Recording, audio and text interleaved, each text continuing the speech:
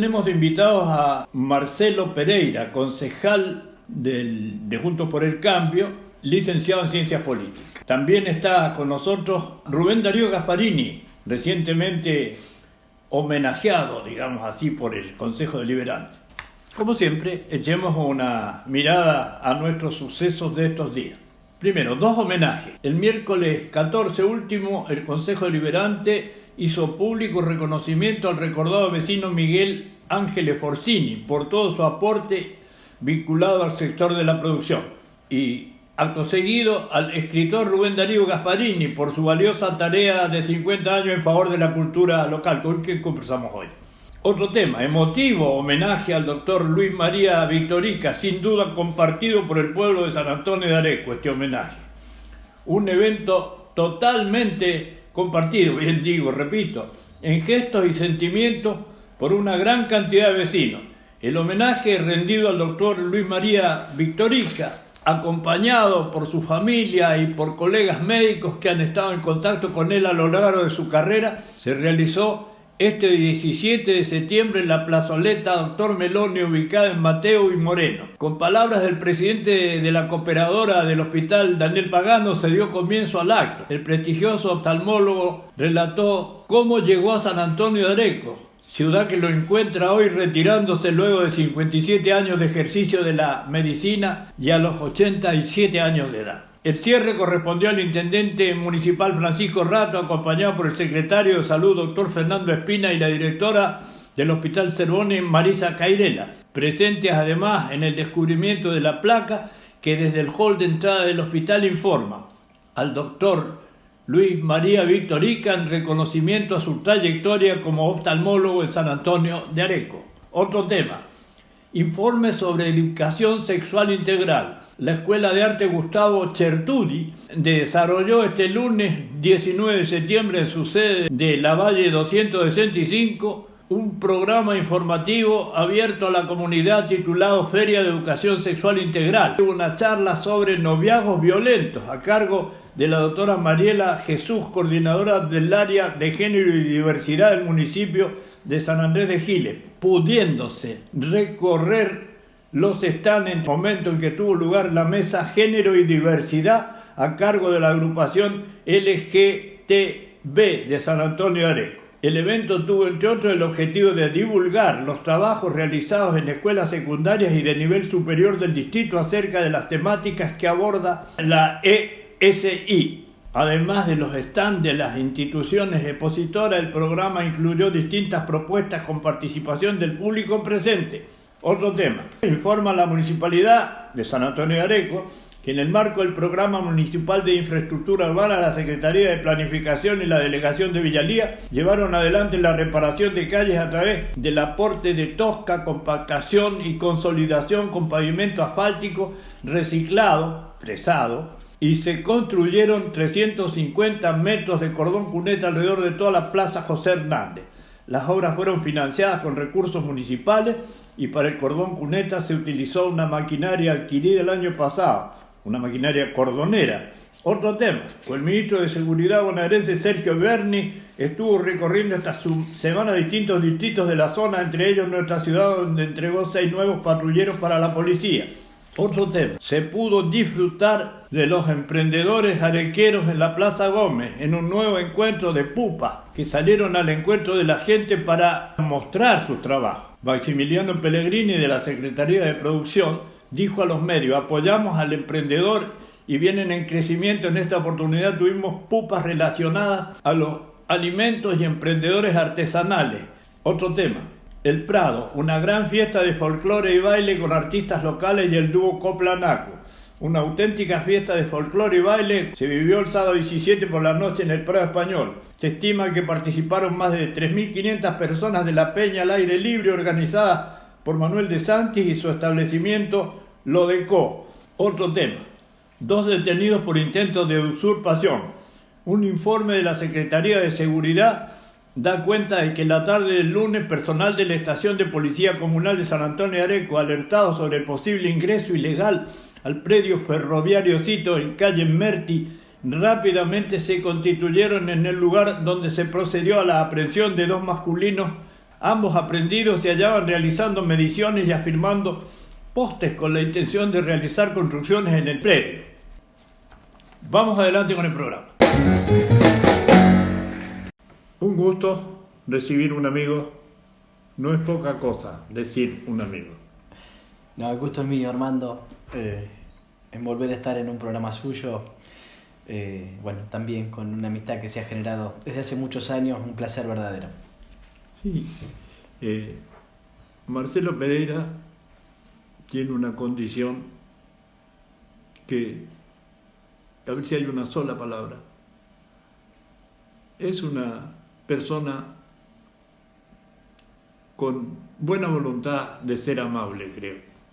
Bueno, se lo agradezco. Sí, no, le tocará, la política obliga a veces a definiciones que generan reacciones contrarias, adversas, ¿no? Eso ocurre. De hecho, ustedes a veces cuando ejercen su poder de mayor cantidad de votos en el Consejo Deliberante, están actuando en ejercicio del poder que el pueblo les ha dado. Sí, creo que eso tiene... A ver, se tiene que diferenciar la dinámica de relaciones personales de las decisiones que se toman en todo tipo de lugares.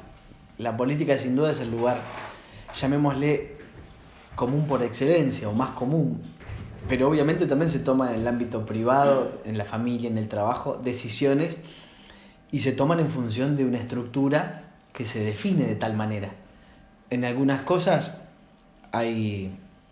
nos pasa a nivel familiar, hay decisiones que se pueden tomar eligiendo entre todos y otras que se tienen que elegir, que se tienen que tomar eligiéndolas uno, no sé, que algún gasto determinado que se pueda o no hacer. Y bueno, en ese marco creo que hay que separar las relaciones, la dinámica interpersonal de las decisiones en sí mismas, que a veces cuesta. Sí. Creo que también tiene que ver con criterios de otra época, sobre todo donde, no sé, gobernaba uno solo, por ejemplo, y las decisiones eran tomadas por uno solo. Había decisiones que estaban sujetas a uno solo. Me parece que esa tradición todavía nos interpela y a veces, hasta no sé si la palabra genera confusión, pero sí genera mucha más tensión. Tensión. Uh-huh. Sí. Tensiones, estado de alerta, ¿no? Estar tenso es estar pronto a pegar el salto. O al menos que genera alguna cosquilla de mínimo. Creo que pasa por ahí, ¿no? Pero bueno, ese es el juego de... ¿Cómo es la familia Pereira en Areco? ¿En Areco? ¿Vos, sí? ¿Quiénes son tus padres? Mis padres, Ramón Julio y María Julia, mi mamá. Y después tengo 5 hermanos. O 4 hermanos, en realidad. Somos 5, perdón. 4 hermanos, somos 5. ¿Liliana Pereira es que tuya? No, Liliana no es pariente. Pero es Pereira. Es Pereira también. En realidad, en el fondo, o en algún fondo, seguramente somos todos parientes. Pereira y Iraola. Y quizás con Iraola también. Sí, pero muy lejos, ¿no? Ese es cheto. No me ha tocado nada. Ese es cheto. Contadme, bueno, el 13 de noviembre hay un llamado a los radicales a elecciones, ¿no? Sí, se genera la renovación de mandatos a nivel partidario. Se acuerda que el año pasado también tuvimos una en marzo. Sí. Obviamente la situación de pandemia prorrogó los mandatos anteriores y acortó en alguna medida estos mandatos que vencen ahora. Pero bueno, siempre el radicalismo le intenta generar cierta rigurosidad a la renovación de sus autoridades. Y bueno, es un ejercicio que por ahí para muchos puede pasar desapercibido, pero hace la vida interna del partido con todas las vicisitudes que tienen los partidos políticos hoy en día, acá y en otros lados, pero bueno, es un valor en sí mismo del radicalismo esa periodicidad y la posibilidad de darse autoridades regularmente. el Areco de Domínguez, el Areco de Raúl Alfonsín, que fue el de Renovación y Cambio en su momento. ¿En qué etapa de tu vida te encontrabas? En la niñez, tenía 10 años. Claro. Obviamente, una etapa interesante desde el punto de vista que uno, más allá de que ya tenía uso de razón previa o algo, pero bueno, uno quedó muy marcado a fuego también con toda esa gran explosión que significó la democracia. Uh-huh. Realmente desde otros lugares, desde otros momentos. De hecho, yo recuerdo, porque lo escuché una frase o vi en realidad en un portal, no me acuerdo si ayer o hoy, la frase de Estracera, y yo recuerdo el seguimiento del juicio de las juntas por la radio. Sin duda un cambio de maneras de acceder a esa información, y también la política local era radio y escrito, el periódico, ¿no? Sí, Pregón, Acción y Radio Areco. No sé si era La Gaceta todavía o Pregón. Me parece que era Pregón ya. Ya era Pregón. Y bueno, eran esas las formas en que uno accedía a la comunicación pública, ¿no? El preámbulo de la Constitución de Alfonsín en la plaza. Seguro. Generó, no sé si no ganó la elección. Ese fue un discurso tremendo, histórico. Histórico. Memorable. Bueno, ¿cómo ves vos el panorama político local? Ustedes ganaron bien el medio término, ¿no? Y ahora se viene una de general. Y el año que viene, o sea, todavía nos queda, este año obviamente es un año de descanso, entre comillas. Bueno, de descanso agazapados. Sí, qué sé yo, a ver, creo que en ese sentido también hay que... Porque dije bien, ¿no? Elegimos intendente de nuevo. En el 23, sí, yo creo que en eso no hay que dejar correr los tiempos. Este es un año no electoral, es un año que creo que sobre todo tiene que descansar la ciudadanía, porque después ya es demasiado bombardeada naturalmente en periodos de campaña. Obviamente estamos en una circunstancia compleja, con una economía compleja, que casi uno podría decir para variar en nuestro país, porque no logramos romper cierta inercia cíclica que se da en forma recurrente. Y bueno, obviamente no es un momento fácil, insisto, como muchos tantos que lamentablemente como ciudadanía estamos acostumbrados. Sí, terrible, pero no sé, el problema es cómo poder construir un acuerdo sobre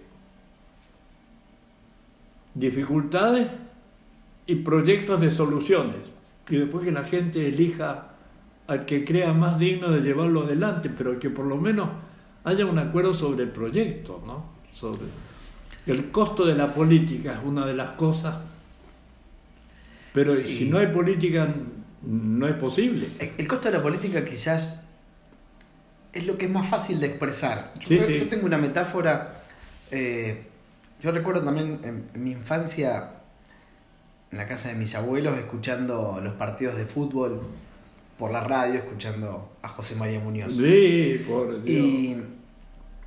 El relator de América. El relator de América. Y recuerdo que desde aquella época algo que siempre me fastidió es cuando el comentarista se queja todo el tiempo de cuestiones, entre comillas, que el técnico puso a jugar en el partido, ¿no? Ciertos lineamientos que dio su equipo. Y cuando muchas veces esas críticas a lo largo del partido son contradictorias o desarticuladas. ¿Eso qué quiere decir? Que ese periodista no tiene en claro una visión de juego. A veces se critica bien y a veces, digamos, es inobjetable. Y yo creo que con la cuestión política nos sucede algo parecido. Hay observaciones, señalamientos que son parciales, desde fuera de la política y también desde dentro de la política. Y creo que lo que falta es articular una visión que, no digo de todo el conjunto, pero que al menos articule un par de ejes. Creo que ese es el gran déficit que tenemos. Entonces no logramos ponernos de acuerdo en casi nada. Pero también como sociedad. Porque hay decisiones que, entre comillas, se tienen que acordar en la política y después tienen que ser sostenidas por la sociedad, porque si no, claramente esas decisiones no tienen impacto. Hay transformaciones reales que se tienen que dar en ese marco. Me parece que ese es el gran desafío que tenemos por delante. El costo de la política, lo he conversado con otros interlocutores míos. Por ejemplo, los legisladores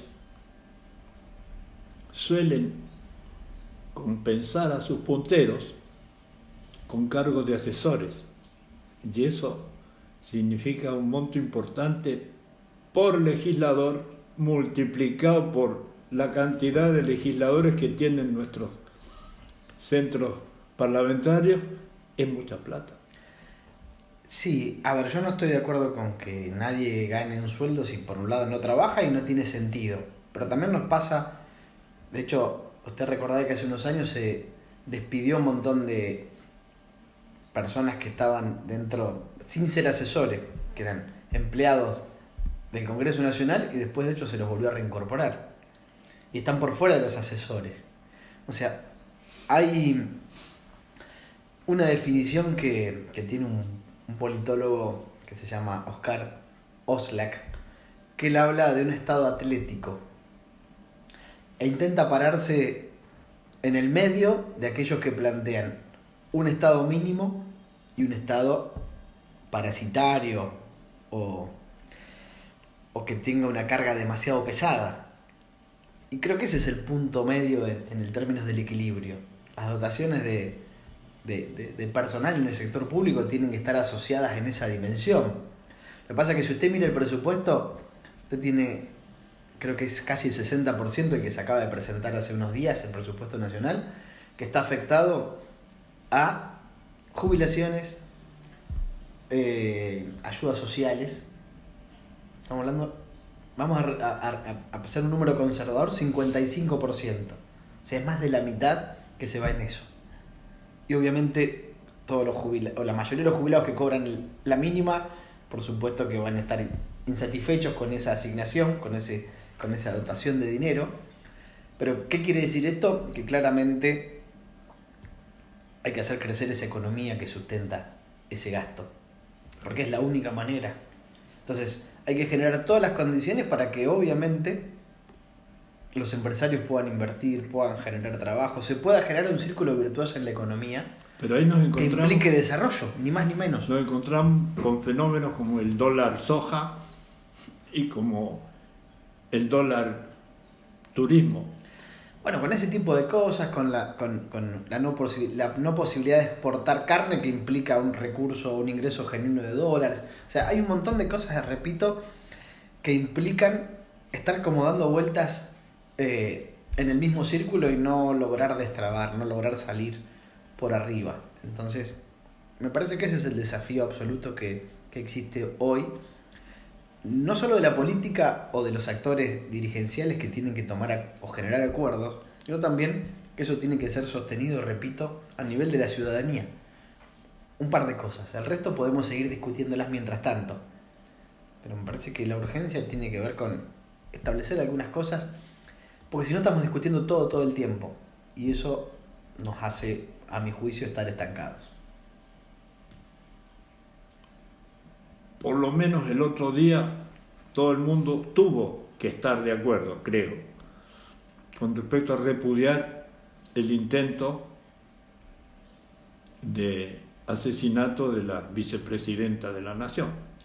En esas cosas obviamente no hay manera de... No hay margen, porque si no rompemos entre comillas, el acuerdo, o el único acuerdo básico, como diría Facundo Manes, o el último acuerdo que hemos tenido como sociedad, que es el proyecto democrático.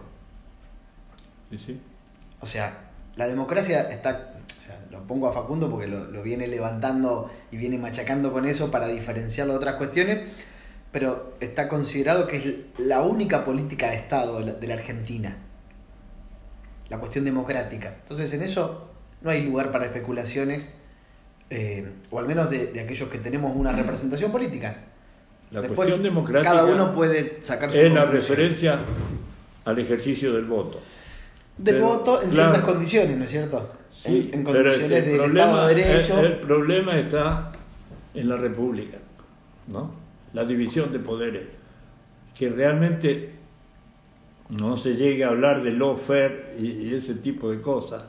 Bueno, pero la salida a todo ese tipo de cosas tiene que seguir siendo democrática, o sea, libertad de expresión, libertad de prensa, garantía de derechos individuales, supremacía de la Constitución. Entonces, obviamente, de hecho tenemos un sistema bastante complejo. Estamos como atrapados en un círculo vicioso, aparentemente del que no estamos viendo el hueco de salida, no sé. Bueno, por eso es que le decía recién, estamos en lo mismo, es como el perro que se muerde la cola. Necesitamos establecer algunos acuerdos básicos y por eso obviamente en esto no puede no haber acuerdo en ese único punto que nos, entre comillas, unifica, que es la defensa irrestricta de la democracia. Ahora lo que hay que ir es avanzar en un escalón más. Hay que avanzar en el resto de las dimensiones que hacen a las condiciones de vida de la ciudadanía, repito, a conectar también algunas situaciones que tienen que ver, a mi juicio, con derechos, también con cuestiones objetivas y materiales. Nuestra economía tiene necesariamente que crecer, tenemos que comenzar a erradicar la inflación de manera sustentable. La cosa va por ese lado, caso contrario, serán situaciones que podrán oficiar de parches, pero siempre volvemos a caer en el mismo lugar.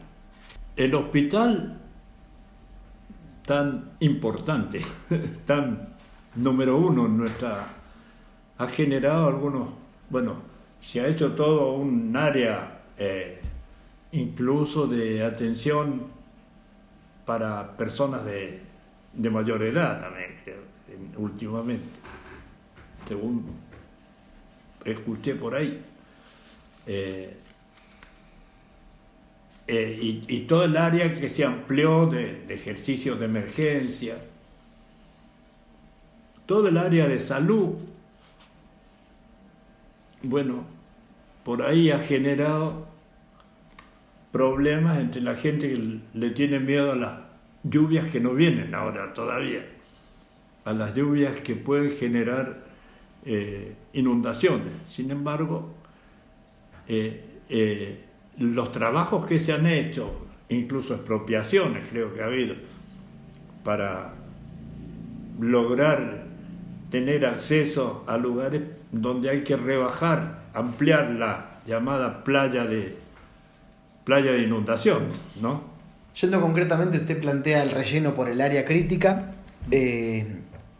Quizás a lo mejor algunas cuestiones de comunicación podrían haberse hecho desde otra manera, perfeccionando la comunicación en algunas cuestiones, pero básicamente también yo puedo entender la cuestión de aquel vecino que tuvo el impacto de la inundación, que obviamente se pueda poner en alerta y pueda... Hay que tener un metro de agua dentro de la casa. Sí, o 20 centímetros. Creo que abiertamente aquel que le toca vivir, sin duda que tiene una sensibilidad diferente a quien quizás no tuvo la mala suerte de tenerlo, y eso en lo particular yo lo respeto absolutamente. Y también tiene que ver con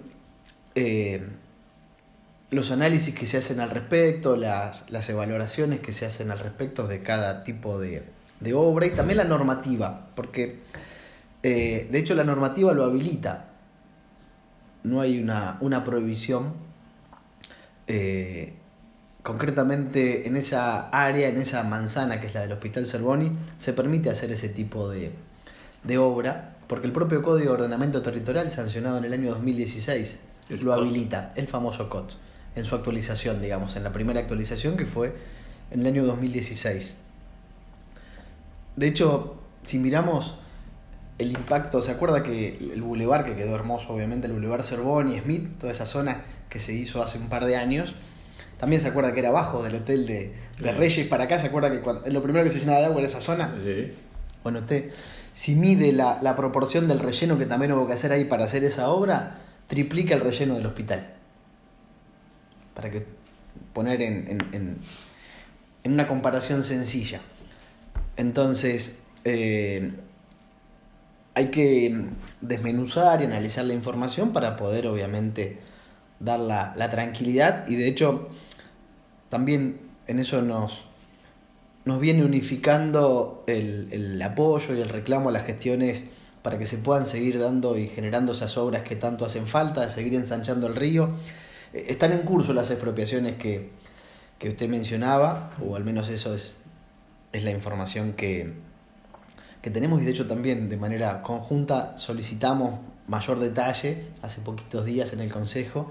Estamos aguardando la información como para poder ir siguiendo la evolución de ese proceso, porque obviamente necesitamos que esa ¿Vos en el obra Consejo se desarrolle. ¿En qué comisión estás? Yo estoy en Obras Públicas y en Presupuesto y Hacienda. Ajá. Así que eso también claramente El es COT, una preocupación. El COT relacionado con la ET2, la Estación Transformadora 2, Uh-huh. fue aprobado también. También fue aprobado, sí. Se debatió bastante. Hubo también muchísimas opiniones y movilización de diferentes personas, vecinos, instituciones, que también todo el mundo, digamos, intentó expresarse, buscar información, y bueno, obviamente nosotros también trabajamos en esa dirección previo a la sanción, porque correspondía obviamente analizar toda la información, todos los datos que estuvieran a nuestro alcance previo a tomar una decisión de trascendencia, ¿no? Ese optó por la opción 1, que fue la que está más cercana a la avenida Durán. Claro, en realidad fue la única presentada. Las 2 o 3 opciones que habían planteado, que ya el estudio planteaba, digamos, ya habían sido descartadas por inviable, previamente por la empresa, en este caso por EDEM, y bueno, en conjunción con TRASBA y la Secretaría de Energía de la provincia. Y luego se acuerda que el intendente estuvo buscando la alternativa del obrador que funcionó ahí al lado de la construcción de la variante de la autopista 8, digamos, y ruta 41, y fue descartada, que de hecho la sesión o la aprobación surgió a posteriori de esa notificación de Dirección Provincial de Energía, dando cuenta de que no era aceptado esa propuesta, porque se estaba guardando esa información. Así que, bueno, desde ese lugar también se aprobó. Como para ir completando este barrido por varios lados, digamos que el Centro de Trabajadores Municipales, el otro que es ATE, que está en contra. Estamos hablando de la negociación por el Sindicato de Trabajadores Municipales, ATE, que es la Asociación de Trabajadores del Estado, que está en contra, y hay un tercero, UPCN. La UPCN, claro. Bueno, no termina de darse por terminado el tema de un acuerdo. En eso no le puedo responder porque realmente eso se encarga el Ejecutivo, no claro. Estamos nosotros en ese punto. Exacto, entonces si le digo, le toco de oído y no quisiera ser imprudente. Claro. Bueno, no sé, ¿qué me podrías decir vos desde tu visión no te digo de técnico en electrónica, porque es técnico en electromecánica. En electromecánica. ¿Y ejercés ese oficio? No. Lo ejercí en algún momento. ¿Sí? Yo fui empleado de la Expen Control hace algunos años, bueno, más allá de algunas otras cositas en particular que fui haciendo. Y se acuerda que antes muchos de los egresados de escuela técnica teníamos la chance de trabajar en PEM. Bueno, claro, obviamente fue un orgullo por la experiencia que significó eso para mí. Llegué a conocer la empresa de 500 trabajadores. Sí. Después, bueno, la cosa se empezó a complicar. Yo estuve entre el año 91 y el año 95. Conocí un montón de gente sumamente valiosa, realmente muchísimos talentos. Y bueno, mucha gente que sigo viendo. Era uno de los ejecutivos. Jordán fue jefe de personal. Cuando yo ingresé ya no era jefe, pero seguía trabajando, lo llegué a conocer.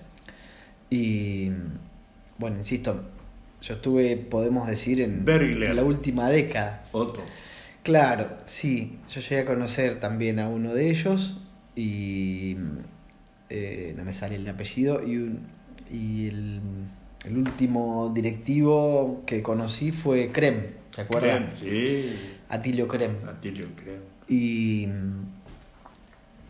después de eso, bueno, empecé a involucrarme en la docencia, también en la docencia técnica en principio, y me atrapó. ¿Diste clase? Claro. ¿En la escuela técnica, no? Claro. Ahí fue mis orígenes de mi actividad docente, y bueno, después se terminó diversificando yendo para otras instituciones, pero mi origen es ese. Ya con la dirección de esta chica, de Guillermina, ¿cómo es? No, la técnica no es Fiorda. Esa es la otra escuela. No, yo en la técnica tuve una directora que era de Giles, María Teresa, que en realidad cuando yo estudiaba, y después cuando yo empecé a trabajar estaba José Bruno. Claro. Algún interinato de Darío Gasparini, que recién lo visitó, y después la mayoría del tiempo Mabel Fernández. Claro, Mabel Fernández. Fueron los directores que tuve. Y bueno, y Betiana también ahora. ¿En tu familia personal? Y mi señora Graciela y 2 hijos, Sol y Juanse. Sol 17, Juanse 14. Pasa el tiempo. Pasa el tiempo, pero están en esas edades en las que tienen que decidir y ya están medio rumbeados. ¿Qué vocación tienen? Ahí vamos. ¿Has influido vos en eso? No intentando, sino que... No. Tu ejemplo de experiencia que han visto... Eso tiene que ser con la libertad. ¿Ya alguno te pinta para algo? Sol está terminando la secundaria este año. Ahí está viendo. No. Bueno, ¿qué te parece? Tenemos universidad. Y sin duda eso es un adelanto importante. Una posibilidad importante. Obviamente no podemos pretender que todos los chicos estudien en nuestras instituciones locales, pero claramente abre puertas, consolida otro tipo de dinámica en la sociedad. A ver, claramente la profundización y la universalización del acceso a la educación implica necesariamente una sociedad que es mejor, abiertamente. Como dice el eslogan de la publicidad que hace la universidad, transforma. No tenga dudas, y aparte eso también genera...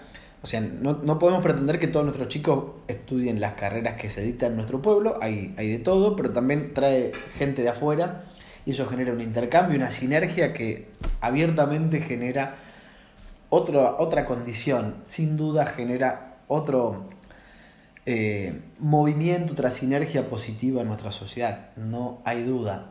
Y cuando surge la posibilidad, hablando con gente de otros distritos, muchos han escuchado el comentario que sin duda Areco tenía ese destino por la inversión que viene haciendo en educación hace tantos años, que fue consolidando paso a paso y que fue generando obviamente un camino para. Sí, no, Areco está muy completito, hay que agregarle las cositas que le faltan, que hay algunas. También eso es permanente y creo que el día que dejemos de agregar cositas estamos complicados porque significa que nos quedamos quietos. Sí, Areco tiene campo y turismo como 2 fuentes principales de ingresos básicos, ¿no? El turismo es importante. Sin duda. A eso yo le agrego también, creo que hay 2 o 3 rubros más, me parece que son importantes. Uno que industrial. algo de lo industrial, que no es la misma el mismo aparato industrial que hemos visto otros años, con Claro. Pencontros, con Terza, No. Hermanos, ¿se acuerda? Bueno, ahora tenemos Con Belville. otros jóvenes industriales. Pero ha ido para otro lado, ha ido virando en otras direcciones, por ahí quizás más atomizados, no grandes modelos de empresas, pero sin duda no menos importantes. Y creo que hay dos rubros más. La otra, uno tiene que ver también con la conectividad que tiene nuestro pueblo por la ubicación geográfica con lugares como Capital Federal, que implica ir y venir a trabajar y vivir acá. O sea, aquellos vecinos que pueden Claro, hacerlo 100 kilómetros. quedándose con la tranquilidad de estar en un espacio mucho más abierto, mucho con la fisonomía de pueblo, claramente, y eso es un potencial. Y de hecho, vecinos que han venido también de otros lados buscando esa misma impronta. Y la otra que creo que es la que tiene una vía de exploración abierta todavía, es aquella que se vincula con la tecnología. Todo lo que tenga que ver con la industria del conocimiento. Claro. O sea, tenemos vecinos que no los podemos agrupar y ver, pero que hoy están trabajando con su computadora, creando valor y transmitiéndolo hacia partes de la Argentina o del mundo. Eso, a mi juicio, también tiene un valor tremendo porque es otro modelo, otra dinámica y también nos articula con el siglo XXI abiertamente. Claro, y genera ingresos en familias, Totalmente. que eso influye en las ventas del comercio.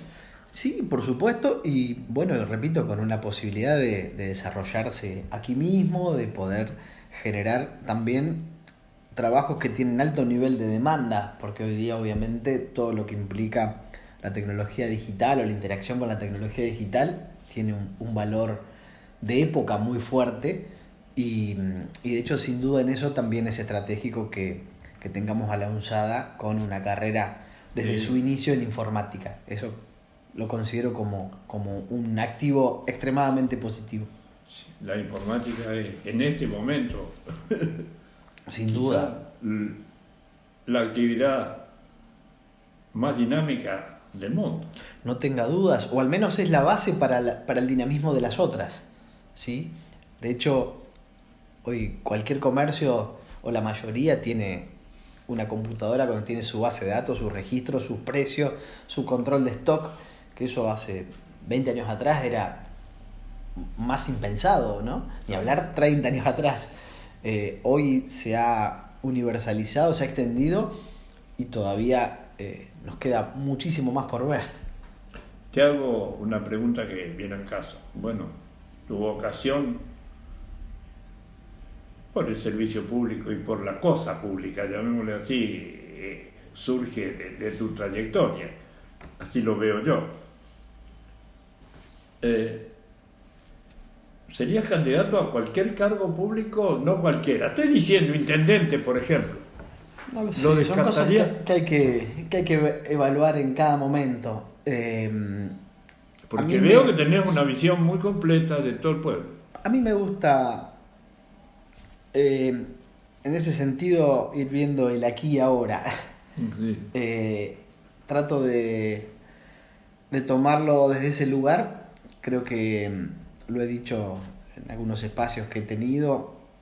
Soy un afortunado porque obviamente he podido ocupar diferentes roles hasta este momento y la verdad que eso ya implica de mi parte un agradecimiento a todas las personas que han confiado en mí, que me han dado esa chance, ¿no? En principio obviamente a mi partido, la Unión Cívica Radical, y después obviamente hay personas individuales. Yo me considero dominguista y llegué a poder interactuar algún tiempo con Domínguez, no lamentablemente muy cortito, pero me siento un afortunado de haber podido dialogar de política y haber empezado siguiendo su impronta, su proyecto. Después Norberto Campodónico claramente fue no solo su sucesor, sino en mi caso también una persona que tuvo la generosidad y la amplitud de dejarme participar y de darme el espacio para poder articular y empezar a aprender. Y después, bueno, obviamente hay muchísima gente, no terminaríamos más de nombrar, pero bueno, claramente el Vasco Jordán fue quien me dio la gran posibilidad de de llegar a la función pública, primero acompañándolo en la lista, pero por esas cosas del destino y la partida temprana de Horacio Villanego, de acompañarlo en el Ejecutivo, y bueno, eso fue una experiencia para mí invalorable. Muchas gracias, Marcelo. No, gracias a usted, un placer como siempre poder compartir esta mesa. Sí. Areco. Areco nos une. Totalmente. Hasta siempre. Hasta la próxima. Tengo el gusto y la distinción de tener conmigo a un ilustre vecino de San Antonio de Areco, tal como el Consejo Deliberante lo dijo, diciendo que le rendían reconocimiento a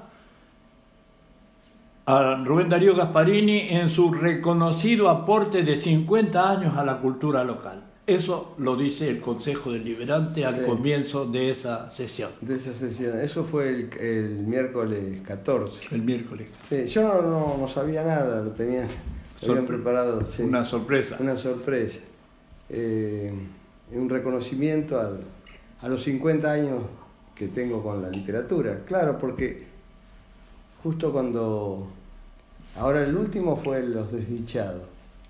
Y el primero fue en 1972, Cuentos de Luna y de Sol, que fue el primer libro mío. O sea que yo soy autor de... Cuentos de Luna y de Sol. Cuentos de Luna y de Sol. Qué lindo título. Sí. Y lo publicó en aquel entonces Pantaleón Carrá, Osvaldo Colombo. Nada menos. Sí, en Buenos Aires. No sé si en Ortiguera, me parece. Sí. Sí. Y el socio era el Pantaleón Carrá con Osvaldo Colombo. Y estaba como asesor literario un poeta español, Gabriel Fernández, que en aquel entonces había publicado dos libros de poesía, Lágrima de pie e Impronto. Bueno, y él fue el que hizo el prólogo de aquel libro. Bueno, yo tenía 16 años, así que, y a partir de ahí, bueno, se fueron sucediendo ediciones y bueno, se llegó a lo que se llegó a la actualidad. Bueno, don Osvaldo Gasparini estará muy contento sí. Por allá en alguna estrella. Sí, papá y mamá, sí. Y Rosita, su compañera, sí, que se fue hace poco. El 5 de agosto. Sí. A los 93 años. A los 93 faltaba poco tiempo para que... Ahora en septiembre cumpliría los 94. Nos queda ese muro de recepción de los turistas, que es ese tremendo sí, es cierto. Pórtico del pueblo, que es el arreo ese. Claro, el arreo, que estuvo ahí Ángel Alonso, me acuerdo, sí. Angelito, el que cuando hizo las mayólicas que se hacían en el piso de mi casa, las dibujaba, después fueron horneadas. Trabajó también en la organización Miguel Ángel, me acuerdo, en aquel entonces. Sí, han sido muy trabajadores los Gasparini, no es solo un berretín así liviano de los que suelen verse por ahí de sensibilidad artística, sino que ha sido con aplicación a concretarlo en tareas muchas veces difíciles. Sí, siempre las tareas fueron difíciles, pero siempre, papá decía, yo soy un hombre hecho martillo. Ese era su dicho, soy un hombre hecho martillo, o sea que nada me puede mellar. Claro. Y todo lo que se proponía lo lograba con mucho coraje, mucho esfuerzo, con mucho talento. Y eso heredamos nosotros. ¿Cómo? Claro. Los hijos, Miguel, yo, Luis, siempre amparados por mamá. Y bueno, después Luisito, que fallece hace 3 años, y lo continúa José, que es la tercera generación. Claro. Sí. José ya es nieto. El nieto mayor, mi hijo. Claro, sí. Sí. ¿Cómo no? Tengo el gusto de conocerlo. Sí, así es. Bueno, vuelvo a decir, los Gasparini, talento concretado con ningún escatimar trabajo. No, seguro. Sí, no, escatimar trabajo no. Y cómo la pretensión, sí. ¿no?, de don Osvaldo Gasparini se concretó también casi como en un anuncio en los nombres que eligió para sus hijos. Sí, por Miguel Ángel Buonarroti. Sí. A mí por el poeta nicaragüense Rubén Darío. Y a Luis por Leonardo da Vinci, Luis Leonardo. ¿Qué decir? Sí. Y ahí se vienen a la cabeza la Mona Lisa, Sí. se viene la princesa está triste, ¿qué tendrá la princesa? princesa, Que ha perdido la risa, que ha perdido el color, Rubén Darío. Sí. Y dijimos otro, Miguel Ángel Buonarroti. Sí. Por Miguel Ángel Buonarroti. ¿Qué vamos a decir de las estatuas? Y de Miguel Ángel, la Pietà, por ejemplo, ¿no? Sí. Es de Miguel Ángel, Sí. la Pietà. Sí. Y en la basílica está también Galileo, también es de Miguel Ángel, la estatua de Sí. Galileo, que Sí. está sentado en un trono al lado del baldaquino. ¿No? Qué maravilla. Sí, bueno, vuelvo a decir, esto que dice acá, aporte de 50 años, lo reconoce a la cultura local. Creo que sí. Sí. Que han sido cultivadores de palabras, de imágenes Sí. y de sentimientos. Y de sentimientos. Sí, el trabajo, como yo decía la vez pasada, en lo que respecta a mi tarea, hay una vocación de lector Sí. y hay una vocación de escritor. Ahí lo traemos a cuento a Borges, porque Y claro, ¿no? Borges decía, un escritor es escritor primero siendo lector. Siendo lector, eso es indubitable. Y bueno, y si buscamos el significado de vocación es una aptitud constante que obliga a un fin determinado. Bueno, justamente ese fin determinado es escribir, ha sido toda mi vida escribir, ¿no? Pero bueno, y de ahí salieron Vocación, pariente de, qué sé yo, de evocar, de vocablo. De vocablo, claro. Y después también esa aptitud constante, ¿no? Que obliga a un fin determinado, también otro de los fines determinados, que es lo que me justifica mucho más que haber escrito tantos libros. Porque yo digo, los libros ya se escribieron, se publicaron y se siguen publicando porque hay uno más en prensa. Pero lo que realmente me causa muchísimo placer es dictar el taller de novela, teoría y lenguaje de Osvaldo Gasparini, que fundé en el museo, que doy en Buenos Aires, con el cual he tenido muchas satisfacciones, porque he sido presidente de la filial SADE Mercedes a raíz de eso. De la Sociedad Argentina de Escritores. Y también está en la Sociedad Argentina de Escritores allá en Buenos Aires. Y actualmente tengo el grupo, el grupo fundacional, de cuando fui a Buenos Aires y ya me quedé ahí. Pero quiere decir que afianzar el arte narrativo para que esos escritores, ¿no? Fortalezcan por supuesto sus condiciones expresivas, pero sobre todo para que puedan escribir, porque hay gente que entra sin haber escrito nada, sin haber publicado, para que puedan escribir tanto un cuento como una novela. Por eso que el taller es de novela, teoría y lenguaje. Entonces yo abordo ahí las disciplinas de la lingüística que más convienen para ese fin, que es la gramática normativa, que es fundamental, y la estilística, la gramática, la estilística con todo ese conjunto de técnicas. Noam Chomsky. Claro, exacto, sí. Epistemólogo.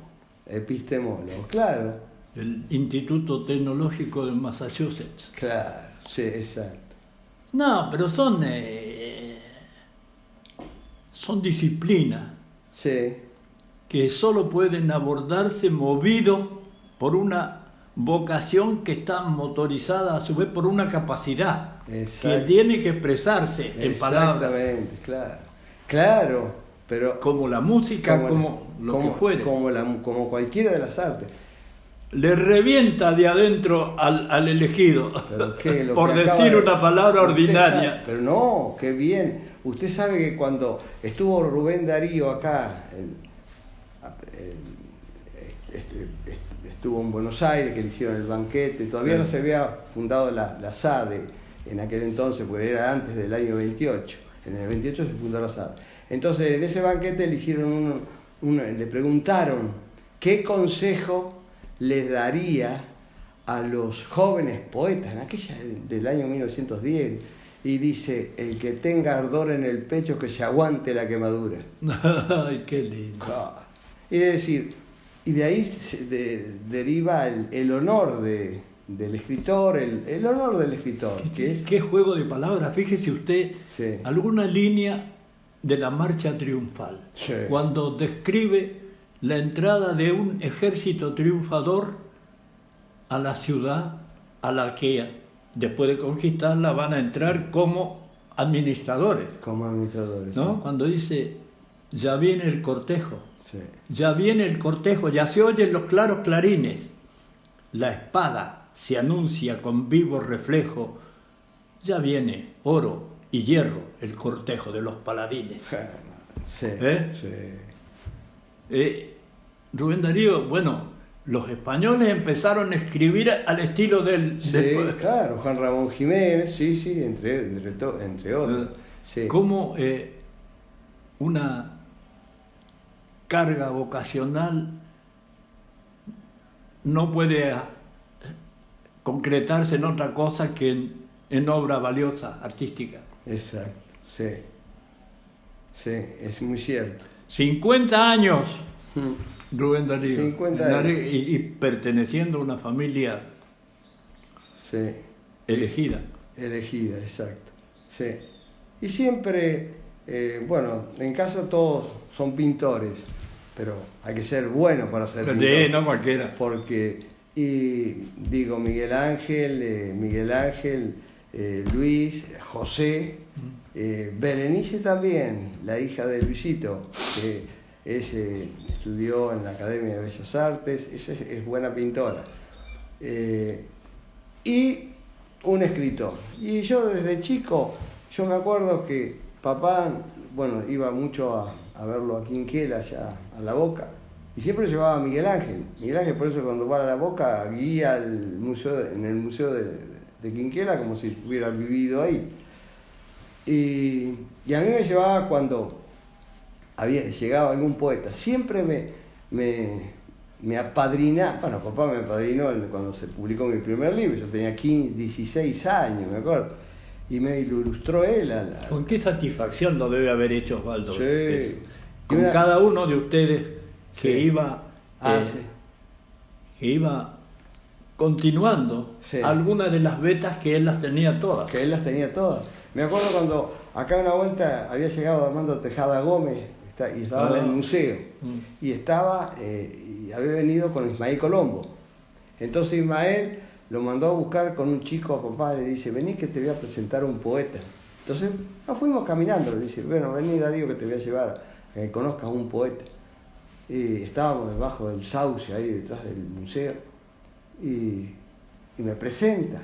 Yo era chico, semejante hombre, Armando Tejada Gómez. Y entonces me dice: ¿qué haces, Chango? ¿Qué?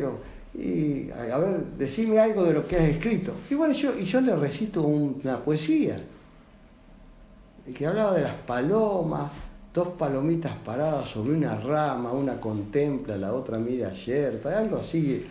Y entonces, pero siempre aludiendo o refiriéndose a los padres, ¿no? Sí. Como un homenaje siempre. Entonces me dice: te voy a recitar un poema que yo le escribí a mi padre, que era achero, allá en Mendoza, dice. Achero. Sí, claro. Y me lo recita con esa con esa voz de hecatónquero surgido de la gruta sagrada, como dijo Lugones de Rubén Darío. Sí. Y entonces lo escucho y me impactó tanto, ¿no? Porque yo todavía no había escrito, en ese momento tendría 15 años, faltaban unos meses para que me descubrieran con el primer libro, o sea que fue en el año, habrá sido en el 70, en el 71, bueno, pero fue ese encuentro con Armando Tejada Gómez que produjo en mí ese disparador, que produjo ese impulso para escribir. Y siempre uno va aprende, porque nadie nace sabiendo. Más vale. Así que, y después se van consolidando todas las tendencias que uno tiene. Achero, qué histórica tarea. Sí. Porque mucho antes del gas y de la electricidad había que cocinar y calentarse con leña. Con leña, sí. Y derribaban semejantes árboles con el hacha y la fuerza. Y así, después pasaron, siempre tuve, a través de papá y de mamá, porque venían todos a casa, siempre estuve en contacto con escritores, amigos de mi padre. Y uno de los últimos que conocí de su amistad, que se hizo gran amigo mío, don Félix Coluccio, me acuerdo, cuando me encontró en SADE, en ese entonces estaba como miembro de la comisión directiva de SADE. Y me dice, vos sos el hijo de Osvaldo. Yo soy. Y nos hicimos grandísimos amigos. Bueno, después yo lo acompañé a Félix en los últimos años de su vida. Él vino acá 2 o 3 veces, se había reencontrado con papá y con mamá. Me acuerdo, vino con Mercedes en aquel entonces, vino a San Antonio varias veces también. Y los últimos años los compartí con su Ceci. Bueno, yo también tuve el privilegio en las exequias cuando falleció, yo hablé, en ese entonces estaba como presidente interino de la SADE, porque había pedido licencia el que era presidente, que era Orlando Guzmán, y me tocó a mí, que estuve 1 mes y medio ahí como presidente de SADE Nacional. Y entonces lo despedí en la iglesia de la Merced, donde está Félix. En la capital. En la capital, sí. Y el diccionario folclórico también, cuando Corregidor me eligió para hacer la editorial. Para corregir las pruebas de galera del diccionario. Y Félix estaba re contento y lo hice bien.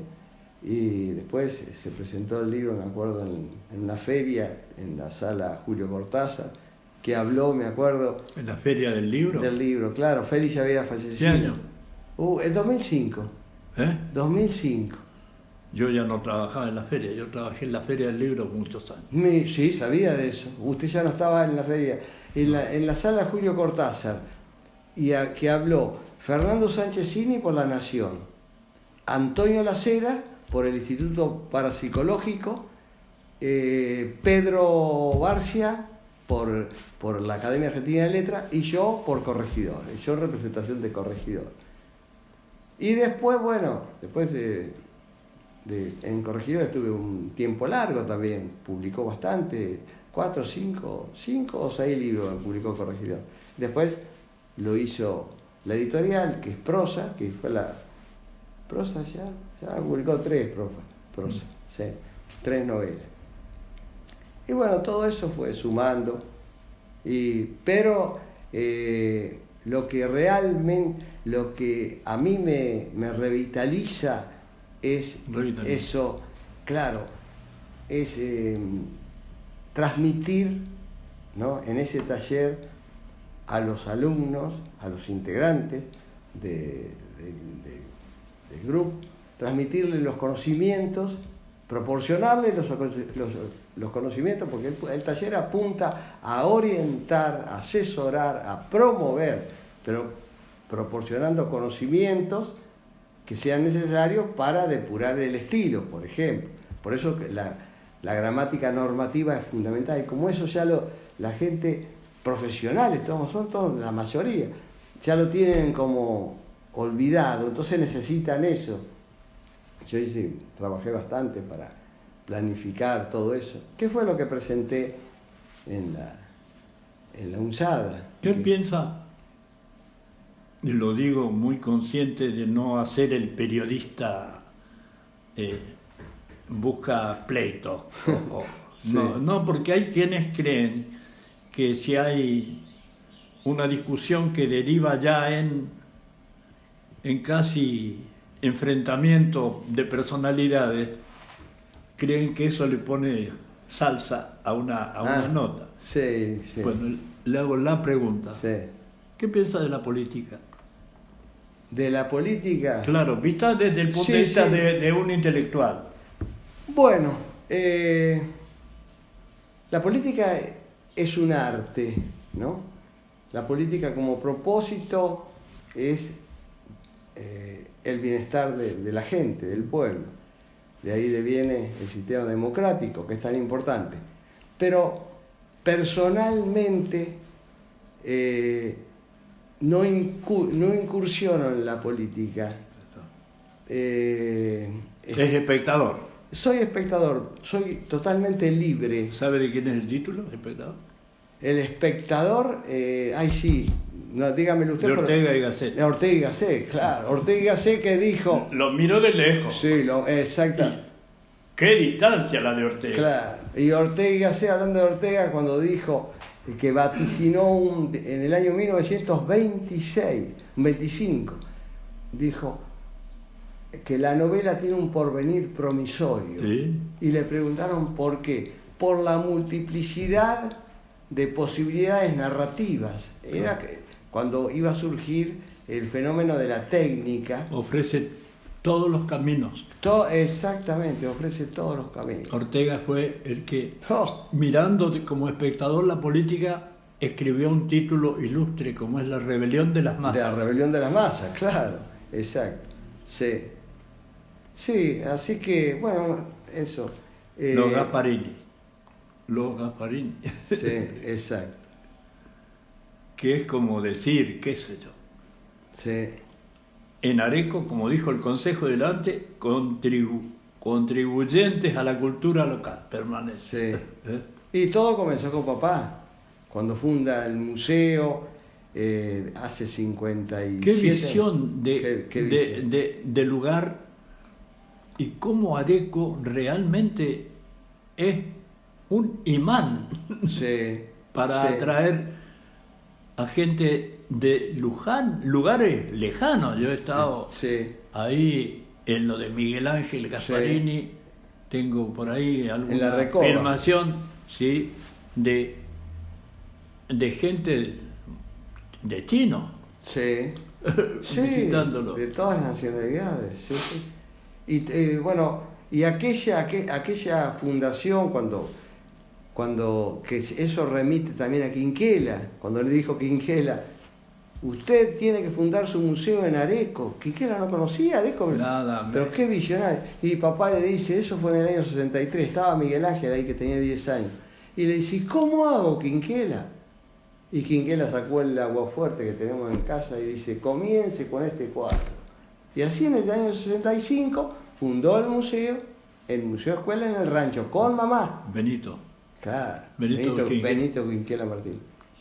Y funda el museo y lo acompañan en aquella inauguración don César Núñez, me acuerdo. Qué amigo. Gauchazo. Claro. Y don César, Ángel Alonso, Raúl Alonso, entrañables amigos de papá y tantos otros, que nombrarlos, no los nombro todos porque me olvidaría de algunos, pero rescato esa. ¿Cómo las familias de Areco van manejándose en un cierto acuerdo, las familias tradicionales de Areco y las que llegan y se suman con toda vocación de ser parte de esto? De ser parte y lo logran. Lo logran. Sí, ¿no? sí. porque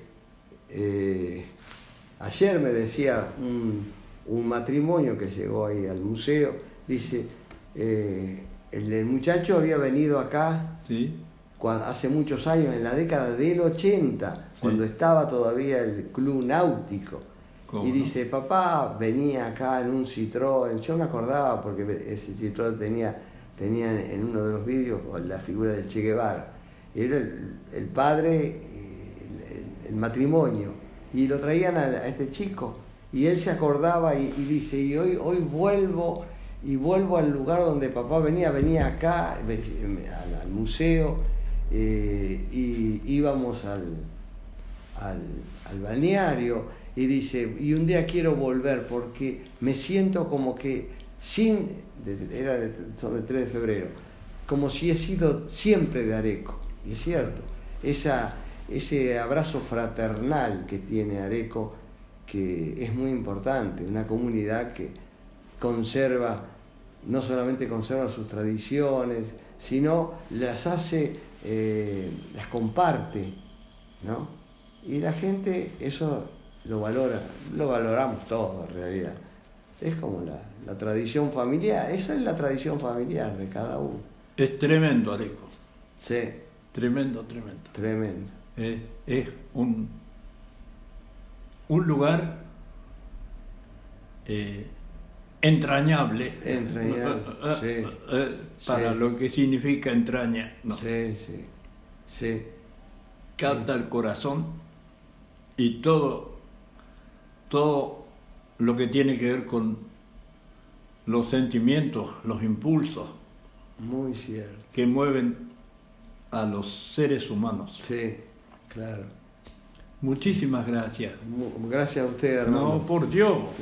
Lo menos que podemos hacer es empujar los motores de Areco, que son los vecinos que contribuyen a mantener Areco tal como es. Ah, sí, bueno, claro, cada uno lo hace, decir, con ese convencimiento de que está haciendo algo correcto y que es la impronta que le damos, ¿no? Porque nadie nace de un repollo. Nosotros, yo digo, los Gasparini le debemos todo a papá. Y papá le debe todo a mamá. ¿Y qué abuelo vino de Italia? Mi abuelo que vino de Italia, bueno, por parte de mi padre, José Gasparini. Y por parte de mamá, los Carísimos. Sí, esos vinieron de Italia. Sí. No nos olvidemos de la Vecchia Italia. De la Vecchia Italia, sí. Bueno, una vez más. Muchas gracias. Muchas gracias y seguimos disfrutando de este Areco que ofrece como una de sus